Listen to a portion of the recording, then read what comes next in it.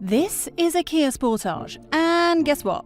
I bought one with my own money because it's all kinds of brilliant. For my needs, there's nothing else I'd rather drive. Or is there? Aha! The Hyundai Tucson, very trendy. Have I bought the wrong car? You see, the Sportage and the Tucson are deadly rivals. They both ride on the same platform, they share a lot of tech, but has Hyundai used the same tools to create a superior SUV? And is it the one that I should have bought? In terms of looks, I don't think I have bought the wrong car. I mean, right, let me just throw this out there now, okay? I'm not saying anything bad about this car because this is still a fantastic car. But in my opinion, I think the Sportage is just that little bit better, and that's why I chose that. But in terms of looks, I do like how this looks. I like the grille because it's quite an angry looking face, isn't it? Like any time I've ever had one pull up behind me on the roads or something, I'm like, oh, what's this mean machine behind me? So I quite like that. But I prefer the sort of triangular headlights that's on the Sportage. Down the side, it's a bit like Hyundai have gone, guys, we just need some more lines on this. Let's just add some more lines. Just go for it. Just go for it. Whereas the Sportage is that little bit sleeker, little bit smoother. But again, I'm not saying this looks terrible because it doesn't. I like the bum on this. I like these sort of light designs here. I think that looks lovely. But the Sportage has a nice sort of curvature in the bum that I really like. This is nice, but the Sportage is better. Yep. So the Tucson is pretty distinctive, and like the Sportage, it stands out against many of the anonymous blob-looking SUVs out there. But this is about so much more than looks. So let's jump straight in and take it for a drive. Right, driving-wise, this Tucson is a smidgen pigeon softer than the Sportage. So it kind of soaks up the lumps and bumps in the road really well. This is a really nice, relaxing car to drive. Effortless. Completely effortless. I took this on the motorway to get here today. Fine. Picks up speed very nicely. Lane keep assist is very good. Very, very good on the motorway. And it's just as hushed and just as refined as the Sportage. Wonderful. Wonderful. So far, there isn't really much to separate the Tucson from my Sportage. Yes, it's a little bit softer, but the overall driving experience is quite similar. They share their engines too, with pure petrol, mild hybrid, full hybrid and PHEV options available too. Right, we've got the 1.6 litre petrol hybrid. It's got 227 brake horsepower. We'll do 0 to 62 in around 8 seconds. You don't need any more than that for a family SUV, you really don't. This is designed to be a relaxing, lovely, calm car to drive. But when you want it to go, it will go. You do, every now and again, when you do put your foot down, the revs can flare up and it gets a little bit on the thrashy side. But it's quite a rare occurrence, if I'm honest. It doesn't happen that often because actually the automatic gearbox kind of copes with it quite nicely and keeps the revs nice and low.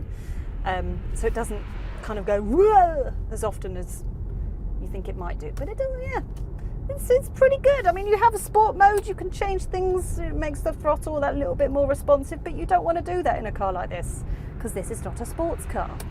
This is a family SUV. It's designed to be relaxing, punchy when it needs to be, and effortless. That's exactly what this is.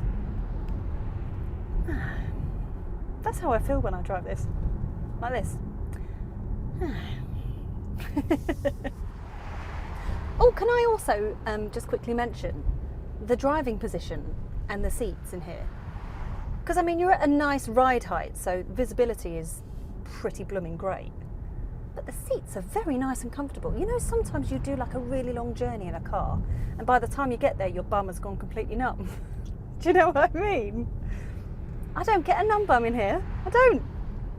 I've got a nice happy bum in this car. I know that's a really weird thing to say, but I'm sure you'll be able to relate and you know exactly what I mean. You pull up at a service station, you go, oh, I can't feel my bum. You don't get that in here. You get a very comfortable happy bum. Hashtag happy bum. The same goes for the Sportage as well, by the way. That was a big selling point for me. Hashtag happy bum. So, okay, the Tucson is scoring highly so far, but there's one area where it differs massively from the Sportage. The interior. This could be the decider. So, let's have a look, shall we? Right, interior.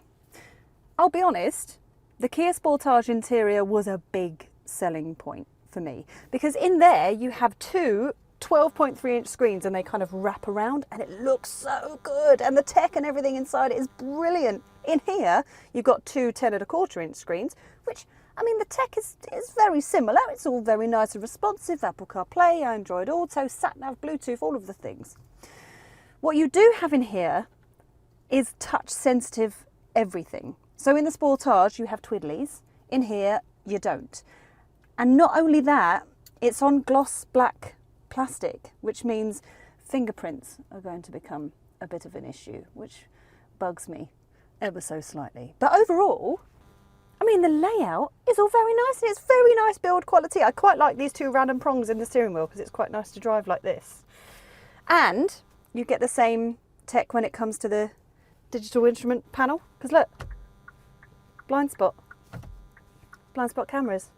I just love that. Oh, and while I was doing that, it reminds me that I really like the ends of this. There's just something about the sort of knurled design on the end of the indicator sticks that I quite like. Oh, and yes, in both cars you get the heated seats and the aerated seats, which I just love. My Sportage still feels that little bit more cutting edge, but this is still a great cabin. The shape of the front seats in the Hyundai means there's a smidgen more room in the back, but both cars have easily enough space for 4 6-foot adults. The Tucson also gets a 616-litre boot, which is slightly bigger than the Sportage. I mean, let's be honest. Hyundai and Kia have made two cracking SUVs. I mean, they're very similar though, aren't they? Basically the same price. I mean, there's only a couple of things where one is better than the other, so I think most of it just comes down to taste. Yeah, I think I'm happy to sacrifice the extra practicality of the Tucson just so I can have the extra tech and the more sleek stylishness of the Sportage. I think I've made the right choice. Yeah, it's nothing against you, you're lovely. I just, you know, that's the one for me. Sorry.